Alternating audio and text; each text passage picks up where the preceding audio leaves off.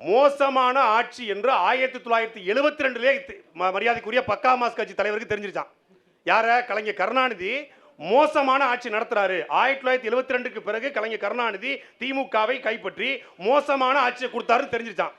பிறகு எதற்காக, என்ன திராவிடத்திற்காக 2021 வாடகை சைக்கிள் எடுத்துக்கிட்டு எடுத்த நாள் முதல் இந்த நாள் வரை வண்டியை விடவில்லைன்னு கருப்பு சிவப்பு பெயிண்ட் அடிச்சுக்கிட்டு 2021 ஊழலாட்சி இல்லையா? 2006 இருந்து 2011 வரைக்கும் குடும்ப ஆட்சி இல்லையா? வாரிசாட்சி இல்லையா? ஆத்துமலர் கொள்ளையடிக்கலையா? கனிமவளத்தை கொள்ளையடிக்கலையா? எதுவுமே பண்ணல.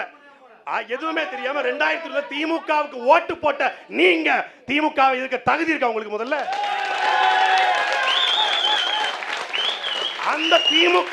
அந்த திமுகவை ஆட்சி அமைப்பதற்கு வாய்ஸ் ஆஃப் காமன் என்ற ஒரு அமைப்பை தொடங்கி அந்த திமுகவுக்கு தேர்தல் வேலைப்பட்ட ஆதவர்ஜனா அவர் பேசுறாரு, ஊழலை ஒழிக்க போறார்.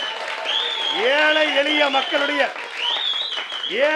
மக்களுடைய வயிற்று அடிச்ச லாட்டரி சீட்ல சம்பாதிச்ச ஆதவர்ஜனா வச்சுக்கிட்டு நீங்க ஊழலை ஒழிக்க போறீங்க.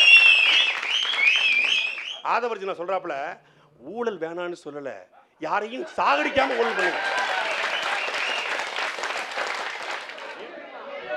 சரி சண்டை போடாதீங்க. என்னப்பா சட்டசபையில தான் சண்டைன்னா இங்கேயுமாப்பா?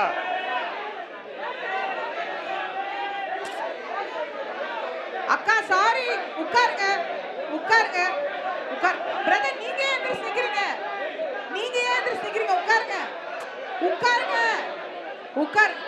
உட்காருங்க.